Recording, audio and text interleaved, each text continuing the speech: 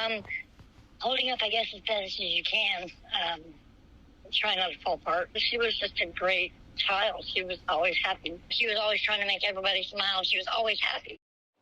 So that heartbroken mom speaking out as her 18-year-old daughter will be laid to rest today in Florida after dying on a cruise while vacationing with her dad and his new family. The feds now eyeing a step-sibling as court filings confirm a probe with a 16-year-old known as TH as the suspect. As sources tell Fox Digital, authorities have surveillance video of Anna with the suspect before she died. Our next guest covered many cruise ship deaths as the high seas coordinator for the FBI. Fox News contributor Nicole Parker joins us now. Nicole, it's good to see you this morning. Thank you. So explain to our audience how an investigation like this unravels, especially when you're dealing with a minor. Right, that's a great question, Lawrence. First of all, yes, I was the Crimes on the High Seas coordinator for the FBI. Port of Miami and Port Everglades are the first and third largest ports in the world for cruise line activity, millions of passengers coming in and out. And one thing that I realized as an investigator is that people think, oh, you know, if I commit a crime out at sea, no one's ever going to find out. And little do they know, and many times they're shocked, it's actually FBI's jurisdiction. If the crime occurs in international waters, all of a sudden the FBI shows up and they're like, uh-oh. You know, what they think what happens on the cruise ship stays on the cruise ship. That is absolutely not true. And so people need to take note of that. As an investigator, we get indications of a potential crime occurring. Under the special maritime jurisdiction, the FBI does have jurisdiction to work this case, and also under CVSSA, which is the Cruise Vessel Security and Safety Act.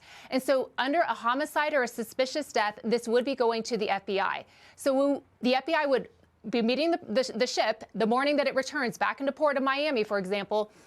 But before it arrives back at the port, the investigators on the cruise ships, they are going to be securing that crime scene. And as soon as FBI arrives, that's when the investigation begins. Our evidence response team would be boarding that ship. In this instance, it would have been that Saturday morning, and multiple interviews would be conducted. The FBI, I would be first asking for, I want all the CCTV, I want all the video surveillance footage. I also want the key lock records, which indicates who went in and out of that cruise ship cabin at the time that the potential crime may have occurred. I also will be conducting interviews of anyone in the surrounding cabins. Was there any indication of a struggle? Was there screaming? Was there fighting? What exactly happened? And in this instance, the fact that a court filing is now indicating that a suspect is a potential subject, they will be looking very closely at that. So, Nicole, explain to me, you know, you have the security team, and I talked a little bit about this with our lawyers yesterday with the network. They're not investigators, though. So how good are they with maintaining a crime scene before the vessel is parked and you're able to go up on the ship with your investigative team?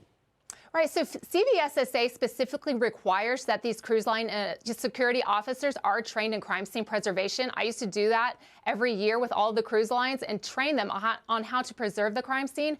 Very important to note. What they do is, and again, many people don't know that there's actually a morgue on most of these cruise ships. They will do what they have to do. They will put the body where it needs to go, into the morgue, and then they will literally seal the cabin, and they are not to touch anything until the FBI arrives. That is extremely important to the investigation. Nicole, a wealth of information on this topic. You used to do this job. We appreciate you coming on this morning. Thank you. I'm Steve Doocy. I'm Brian Kilmeade. And I'm Ainsley Earhart. And click here to subscribe to the Fox News YouTube page to catch our hottest interviews and most compelling analysis.